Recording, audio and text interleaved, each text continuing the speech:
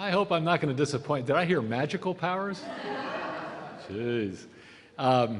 Well, first of all, it is really an honor to be here. I was mentioning to some folks earlier today that I think I was here something like 2 or 3 days before the library opened. And I remember seeing construction cranes everywhere, and I was thinking, man, oh man, they've still got a lot of work to do before this thing opens up. But clearly, it all got done.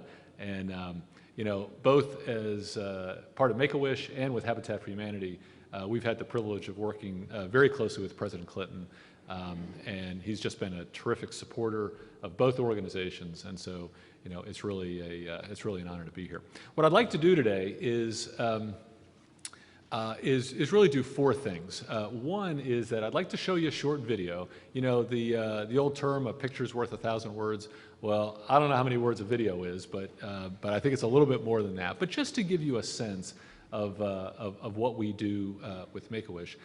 Secondly, because so many of you are in you're studying to be in the field of public service. Some of you will have careers in government, but some of you also have careers in the nonprofit sector. I want to spend just a little bit of time talking about the kind of the business side of Make-A-Wish, just a little bit. And third, I'd like to tell you a little bit about my own personal journey and how I got into this. And then finally, just a couple leadership tips as you progress in your career. So that's the game plan, and we're going to talk fast because we got an hour. So I want to show you a clip. About 5 years ago, we started a partnership with ESPN.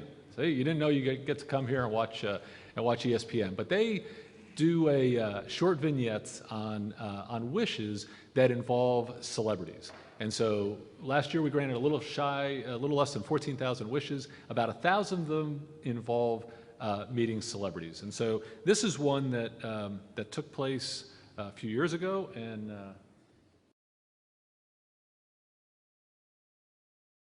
good way to end. Welcome back to SportsCenter. I'm Chris Connolly, and in conjunction with the Make-A-Wish Foundation and with the support of Disney, over the next 2 weeks, SportsCenter will be presenting a series entitled My Wish, in which we'll be making sports wishes come true for 10 courageous children with life-threatening illnesses. Now, our first wish takes place in an NFL minicamp. It's a no-nonsense time to get players ready for the upcoming season. But that didn't stop the Philadelphia Eagles from opening their doors and their hearts to one unforgettable young fan.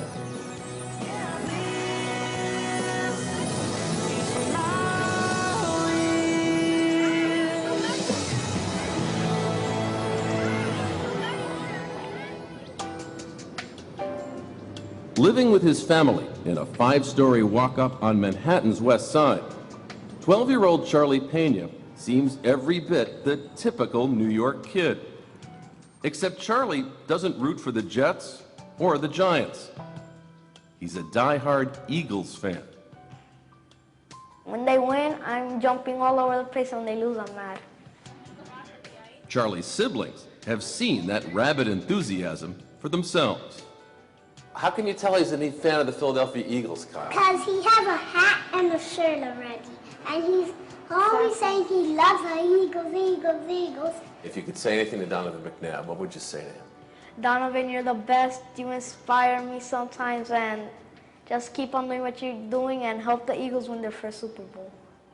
Yet even as he glows with energy and enthusiasm for his Eagles, Go Eagles!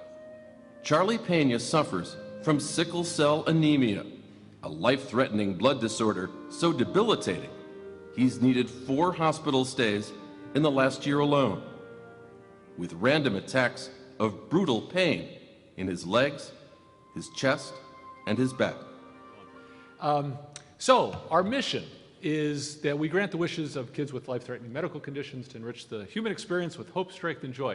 Now, this is actually a little bit different from than what it was. And one of the biggest misconceptions about Make-A-Wish is that we grant the wishes of kids who, what? Have a terminal illness. That this is their kind of their last wish, their dying wish. And that's something that there's a misconception about that because that is how the organization first got started. Back in 1980, there was a young boy by the name of Chris Gracious who had leukemia. And back in 1980, if you had leukemia, there was a 90% chance that you would not survive your illness. Thanks to all the advances in medicine, today, if you have leukemia, there's a 90% chance that you will survive your illness. But Chris had a favorite show. And his show, now this, only the older folks here might remember this one. Does anybody here remember the show Chips? Ah, right, there we go. So for the younger ones here, it was a show about two California motorcycle policemen. And so he watched that show all the time, and he loved it. And he always told everyone that when he grew up, that's what he was going to be. He was going to be a motorcycle policeman just like that. And so when he got leukemia and it wasn't looking good, his mom went to some friends and said, you know, do you think we could have him be a policeman for the day? And sure enough, the Arizona state troopers went out, and a group of volunteers sewed a uniform. He got to ride in a helicopter, on a motorcycle, in a car. He's still the only honorary Arizona state trooper in its history. And when he was done, he went home, he wrote tickets in his neighborhood, and it was just a great experience. And afterwards, fortunately, this small group of volunteers said, you know, this was such a great experience, not just for him, but for his mom, and for everybody that got involved, that we shouldn't just stop with Chris, we should do this for other kids. And that's what they did. And so they started this organization, and now, you know, 30 some odd years later, over 275,000 wishes have been granted worldwide, and a wish is being granted every 38 minutes. And so our mission is to help kids, and in fact now, instead of kids with terminal illness, now in fact, nationally, about 75% of the kids who are eligible for a wish actually survive their illness. And in fact, it's now become part of a lot of treatment protocol where doctors are seeing how impactful these wishes can be in the recovery of these kids. And so, you know, you don't, first of all, it's more than just the child. When a child has a life-threatening medical condition, it impacts the entire family. And so here you have families that all of a sudden their world just turns upside down. You know, you worry about class, school, sports, all the problems that, you know, that we all have. And then all of a sudden the diagnosis comes along like this, and everybody's world turns upside down. Now you're not worried about school. Your wish actually is one thing, right? For this kid to be able to survive their illness. And so it impacts brothers and sisters and moms and dads. And what we hear time and time again is that this experience is something that can help them get through that. And so for some of these kids, it's you know, a chance to focus on something other than radiation, chemotherapy, doctor's visits, surgeries, all those kind of things that just become the staple of every single day. And so so it's much more than just a nice thing. More and more of the medical community and others are seeing it as a necessary thing. So our vision is actually that every child who's eligible would be able to receive a wish. And so while we're very proud of the 14,000 kids that we serve, actually there are 27,000 kids that are diagnosed with a life-threatening medical condition every year. And so for every family we're helping, there's a family that we're not. And that's what drives us as an organization, to be able to figure out what are the things that we can do to essentially double our size. If you look at the size of the organization in the United States, we're about a $240 million organization. So that means, you know, we've got some work to do, and that's why we do what we do. Our values, you know, if we only had one, it would be integrity. I mean, if you don't have that in the nonprofit sector, you're in trouble. There are 1.4 million nonprofit organizations in the United States. Giving is not mandatory. Giving is discretionary, and if you are an organization that does not have integrity, a donor has 1.4 million other options out there. And so it's absolutely critical in any organization. Child focus really says that if we're going to err on the side of the child. And a lot of times you know, there are situations that come up that, you know, that we need to be able to take a step back and say, you know, what is absolutely the very best thing for our child. Of course, we want to do things with excellence. You know, a lot of times you don't realize the sense of community that can be created. The example that was given, I heard about this morning at breakfast when I met with the community leaders here in Little Rock. And what was really cool about the telling of that story was how many people were involved in it. It wasn't just the child, it wasn't just the family, it was all these volunteers. It was a movie theater full of kids, of individuals that got to participate in that wish. And so we're really about community, and then we are in the inspiration business. We not only want to be able to help inspire kids, but the reality is that those kids inspire us by their courage and by their hopes and dreams. We typically have 4 different types of wish, and so the first is, you know, they want to meet somebody. Wish to meet a celebrity, and it could be sports, it could be a whole number of things. I wish to be something, so I wish to be Batman, or a superhero, or a policeman. Wish to have something, or wish to go someplace. As you might imagine, amazingly, President Clinton is still receiving wishes to meet him. And so I would imagine that picture might have been taken about 100 yards away from here. I don't know. But anyway, the thing that was great, we actually have a big picture of one of the wishes that the president granted when he was in office. And so he was terrific.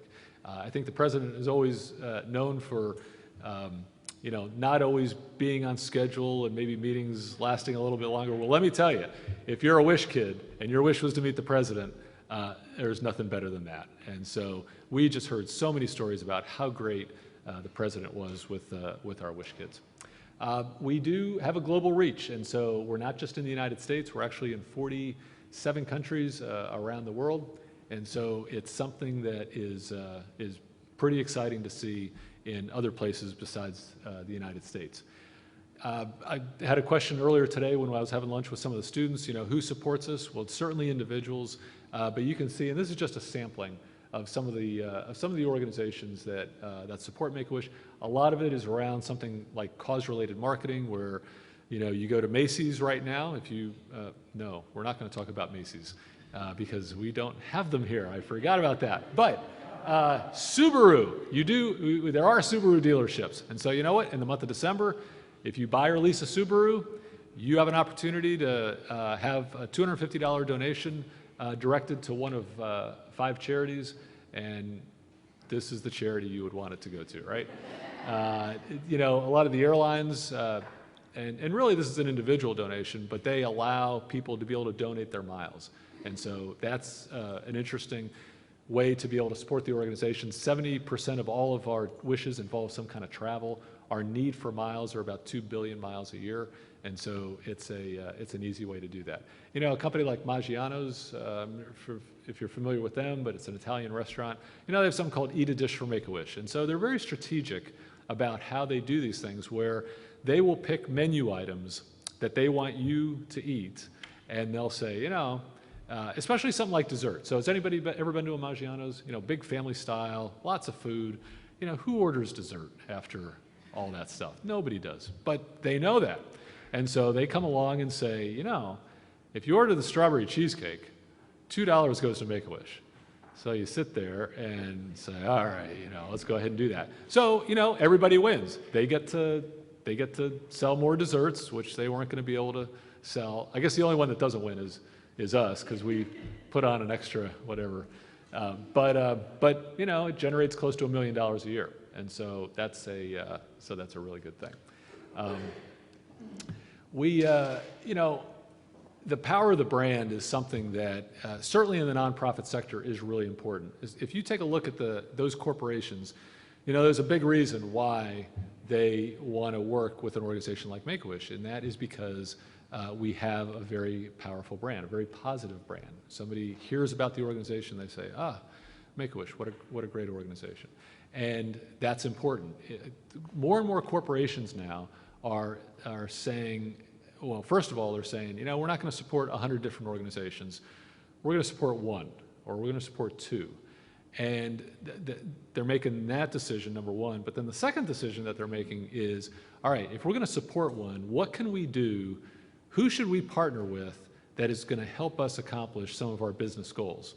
Now, those goals might be selling more product. It might be getting more people to come to their website. It might be to engage their employees. More and more employees want to work for organizations that are making a difference. So there are all kinds of reasons. But the point is that businesses are not just saying, oh yeah, let's just give money to a charity. You guys just go ahead and pick one. They're being much more strategic about it, because if you do it right, then their brand is enhanced. And so it's a big deal. So you can see some of the things that that we think are important. And then 2 statistics I think that are interesting. So one is 90% of American consumers want companies to tell them ways they are supporting causes. And so in the United States, this is an expectation that we have. I mean, we want to buy a good product. We want to buy a good product at a good price. But we also want to have some kind of sense that the companies that we're supporting are good companies, that they do good things, good things in the world. And the second I think is interesting, and that's to my earlier point, is that it's no longer enough just to say, oh yeah, well they give money. I mean, they want to see that this is real, that this is not just it's easy to write a check, but that this is part of the fabric and part of the values of that company. We want to be able to interact with companies like that.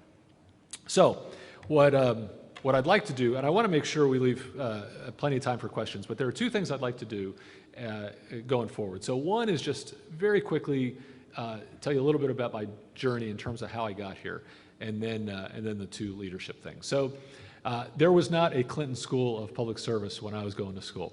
I went to become an accountant, and the only reason I was in accounting, some of you may remember the movie The Graduate, and it was like, I've got one word for you. What was the word?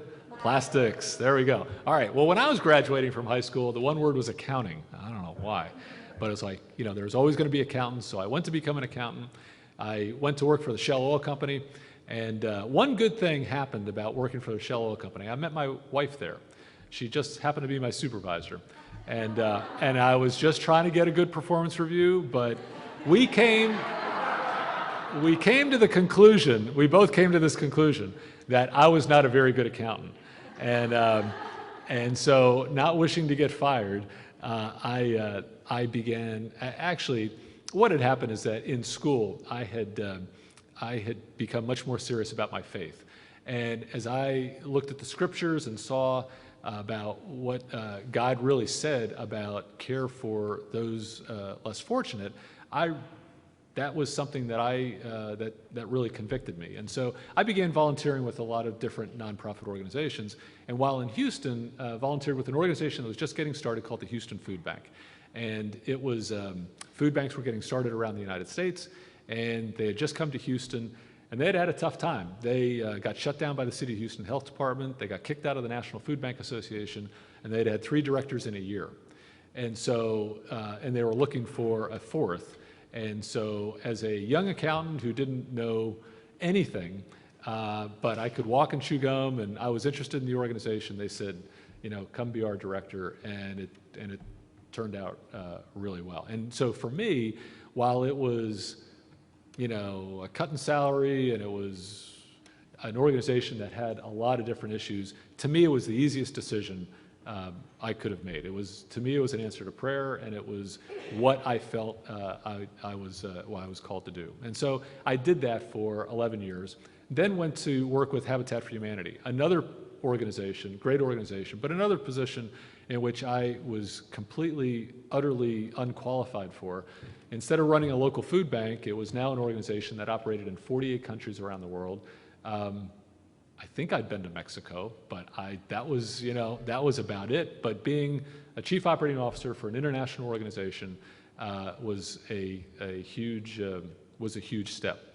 But had the privilege of being there for 11 years and seeing the work of Habitat in so many different countries, and so that was a privilege. Actually working directly with the founder of Habitat for Humanity, who who actually was very good friends with the president. And so, so I had an opportunity to do that for 11 years, and then finally to come work with Make-A-Wish, who I told the students earlier today is really the only position that I feel like I'm been qualified for. And it's been, and so that's been kind of nice to be in a position where you feel like, all right, this one actually makes sense, and we should be able to take this going forward. And so in a way, I feel very fortunate that I was able to be able to really work for three what I consider to be great organizations. So what I'd like to do is just kind of end with two leadership, what I think are important leadership tidbits for you to consider going forward. So the first one is kind of a question. There are really two questions to our young people. And so the first one is, what will you do when you fail? And we have an interesting concept about failure in this world, and that failure is a bad thing. And yet I would tell you that there are some lessons in life that can only be learned through failure. I had the opportunity to speak one time at the Air Force Academy, where they had all 4,500 cadets, and I spoke opposite a guy named Gene Kranz. And Gene Kranz was the NASA flight director for Apollo 13, and he was the one that uttered the famous line, "Failure is not an option." And failure, and actually failure, or the fear of failure, can be a very powerful incentive, because nobody really wants to fail, right? And a lot of times that's what keeps us going. We don't want to fail. That's why we stay up until 2 in the morning to get that paper written. It's why we do what we do in our jobs to be able to get it done, because we don't want to fail. But unfortunately, for a lot of us, the fear of failure or failure can be paralyzing as well. It can prevent us from doing something that we really think is important or that we want to do, and it's because we have this fear of failure. And so, when I was telling you the story earlier about going to work with Habitat for Humanity, if you kind of looked at it on paper, I mean, I was absolutely not qualified for either that position or Habitat for Humanity, but certainly with the Houston Food Bank. I mean, I'd never managed anybody before. I'd never reported to a board of directors. I didn't know anything about the food industry. I didn't know anything about hunger in Houston. I didn't know anything about working with volunteers, about warehousing, about distribution. I mean, I could come up with a 2-page list of what I didn't know about taking on that position. But I remember at the time thinking, all right, so what's the worst thing that can happen? Well, I could fail, right? And I'd get fired. Okay, well, they've already gone through 3 people. So from an organizational standpoint, I'm not going to feel that bad for them. But from my own personal standpoint, it was, okay, well, I could fail, and then what? Well, I could go back to being an accountant, all right? And so I just think that, failure is one of those things where, again, culturally, we don't, I don't think we value the lessons of failure.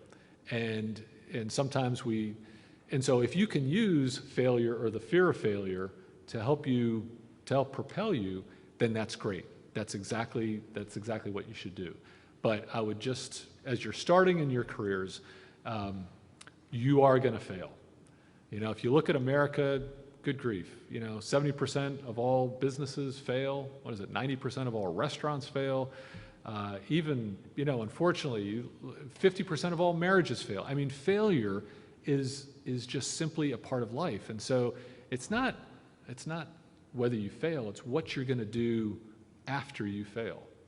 One of the things, I played sports in college, and so I've always have this fondness for, if somebody's recruiting, if we're recruiting somebody and they played sports, and I just love talking sports and what sport they played and how successful they were and all that kind of stuff, and it's neat. But it's not because, and I like the idea of having people who have competed working in your organization. And to me, it doesn't have anything to do with this will to win or that you've got what it takes to win. It's that if you have competed at any level, you have experienced failure. You just have. The greatest athletes that have ever walked on this earth have failed more times in their sports than most of us have even attempted to play in those sports. But what makes the great ones great is that after they do fail, they don't wallow in it. They pick themselves back up. They kind of dust themselves off, and they get at it again. And I'm telling you, no matter what your career is, whether it's in government, nonprofit organization, for-profit organization, you're going to experience failure. You just will. But the key thing is not that you're going to experience it, it's what you're going to do after. Are you going to learn from it? Are you going to be stronger as a result? And so that's the first one. The second one, and the last one, is when I interviewed with Habitat for Humanity, I mentioned I worked for the founder. And he was from the South. He was from Alabama, and we sat down and he said, I've got 3 questions for you. And so the first was, why do you want to work for Habitat? The second one was, what do you know about direct mail? He made a lot of money in direct mail, and so that's another story. But the third one was, he said, what melts your butter? He said, David, we have this phrase down here in the South, and it's what melts your butter. And I guess I was looking at I got deer in the headlights look because I wasn't exactly sure what he meant. But it was, what do you feel passionate about? What gets you up in the morning? What excites you? What melts your butter?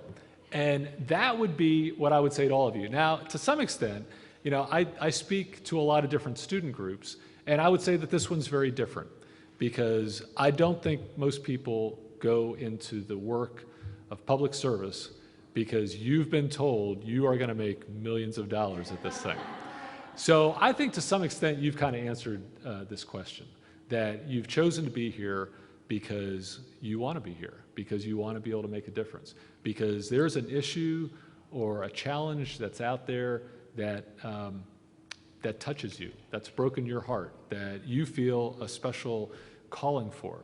And I would say to you that that's great. That's what makes life worth living, is to be able to be involved in an effort that you feel passionately about, that you feel you've been put on this earth to be able to do something about. And an awful lot of people have not had the opportunity to do that. I think about one of my grandfathers. He was a coal miner. I'm sure if I asked him, if you had a choice of anything that you could do, I don't think that was it, because he started when he was in 4th grade. He ultimately lost a leg in the mines. He died of black lung, but boy, he did it because he was able to raise a family and provide a good home. But how privileged are we that we have an opportunity? We have choices. I had choices my parents and my grandparents didn't have, and you have even more choices. And now you have institutions like this one that'll help you be successful in that area. I remember when I was in Houston and I was that bad accountant with the Shell Oil Company, I remember riding to work one day, and Gallup had just come out with a new poll. And the poll was that 70% of all Americans, if given the choice, would do something else in their vocation. I'm kind of driving along and I'm thinking, man, that is really sad. That's just terrible. God, that's awful, 70%. And then, I'm a little slow. And so, about 5 seconds later, I was like, oh, wait a second. I'm part of that 70%, because if I had a choice, I was not going to be accounting for gas wells up in Montana. Now, there's nothing wrong with that. There's nothing wrong with being an accountant. My son is an accountant. It's an honorable profession. My point is not about accounting. My point is that's not where my passion was. That's not what I felt I was here to do. And as a result, I wasn't very good at it. And so to all the students that are here, this is preaching to the choir. I think you're already doing that. But as you think about, the organizations that you'll possibly be working for, go with where your heart is on that. There are a lot of great organizations. You have more choices than any other generation ever has, and you already want to make a difference just by the virtue of the fact that you're here. And so I think we wanted to leave a little bit of time for questions, and so here we go. Yes, sir. Oh, okay.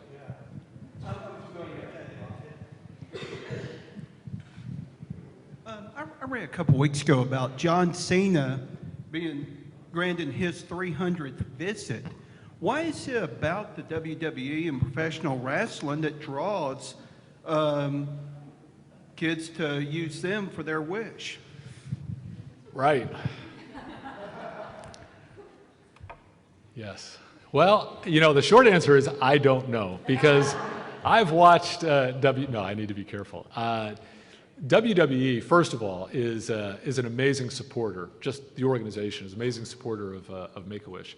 And they not only provide great experiences for our kids, they also support us financially very, very well. I don't know if they were one of the logos that we had on there, but anyway, one of their primary, probably the face of WWE right now is a guy named John Cena, and he's been in some movies, and he's just a great guy. And so we honored him because he just granted his 300th wish, and it's pretty amazing because we don't. I think we have one other person who is granted 200 wishes, and I want to say it's Jeff Gordon, the NASCAR driver, but it's something that WWE fans are really passionate about that sport, and they know that these are guys that are fighting against evil forces, and these kids are in the fight of their lives, and I really think some of it is that they resonate with that sport or entertainment or whatever you want to call it. The good news is that they're amazing to work with, and so it was really a privilege to honor John. I've met him several times. He's one of those celebrities that, I mean, he is as good as gold. I mean, he's very humble, very privileged, and to hear him talk about Make-A-Wish is terrific, because you would think that most celebrities would say, all right, so here's a kid who's fighting for their life, and they could wish for anything. They could wish to go anywhere, do anything, be anything, and they've only got one, and they've got one wish, and that wish is to spend time with me. Now, you would think that most people would say, wow, don't you want to wish for something more than that, or just be humbled by it? And I would say that most are. There are a few out there that aren't, but John is one of them. He's just genuine. He's a great guy. He spends more time with them than the expected time, and so he's just a great guy. So it's fun to talk about John, but the short answer is I don't know. I don't know what it is. Okay. Hi, thank you for coming. Your talk was great. I wasn't aware about your international reach with Make-A-Wish, and I wanted to know what are some of the troubles you've faced while you've tried to, stretch your reach outward. Right. So with Habitat, probably the biggest challenge that we had was, I think one of the things that we do in this country is we really take for granted the culture of philanthropy that we have, the culture of volunteerism.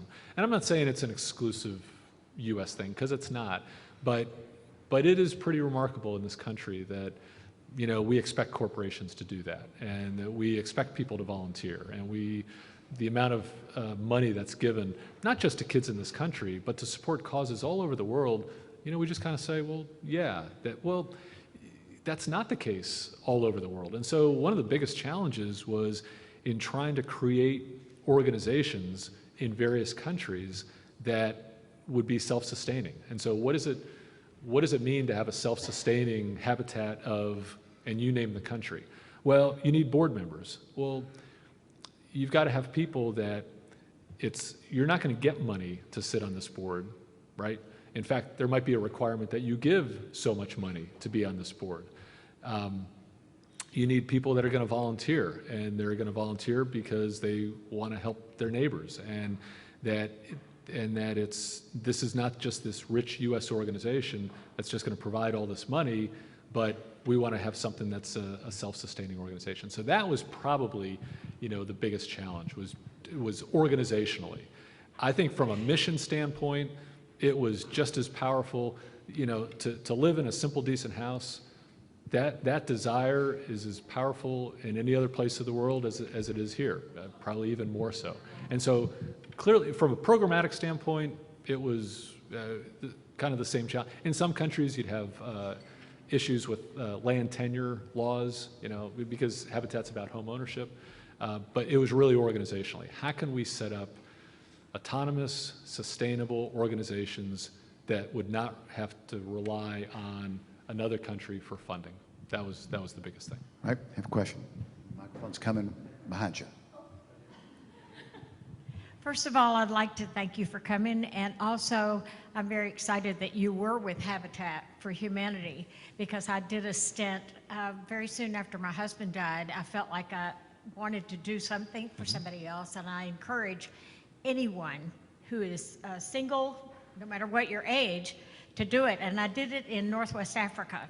Wow. And I mean, it was harsh. Which country? It was in Northwest Kenya. I'm sorry. Okay, good. Right up by the Somali border. It was very interesting, and it was very basic, but there's nothing that will do your heart good like working with the villagers. And so I wanted to really tell you that my experience was positive beyond Great. belief. The second thing is with Make-A-Wish, do you have a big core of grant writers, or what is the condition of most requests for funding from corporations at this point? Is there any? Well, we need more money than we have. Here in Arkansas, we should actually I should connect you two to see if maybe there's a way you could help us here in Arkansas, because that would be terrific. I would imagine we have some needs here that maybe you could be helpful with. Okay. And in terms of Africa, it was interesting because I spent some time there, and I spent the night one night, and I thought I was really kind of roughing it because, to your point, I spent a night in a Habitat home, and it was cement slab, it was cinder block walls, it was a tin roof, there was no electricity, there was no running water, and so that kind of felt a little rugged. But it was not until we went to where those folks moved from, and it was a mud floor, and it was mud and hay or thatch walls and a thatch roof, and that's when you began to realize what a difference just that has. And I've always maintained that I think we would have a very different country if all of us just had the opportunity to spend 1 week in a village in another country. And I think we just have a much greater appreciation for what we simply take for granted every day. Yeah. Question right here. There it comes, John. Thank you so much for your presentation. We've had a lot of speakers come through here and recommend that we experience something that we might not be entirely qualified for. And we've had people sort of suggest baptism by fire as the best learning experience. And I'm wondering, one, I guess, what you may have did to convince people to give you this experience that was outside of your expertise, and two, when you're there, how much credence should be given to the fake it till you make it strategy, and how much should you admit to not necessarily knowing? Got it. Wow, that's quite a question there. So I think, I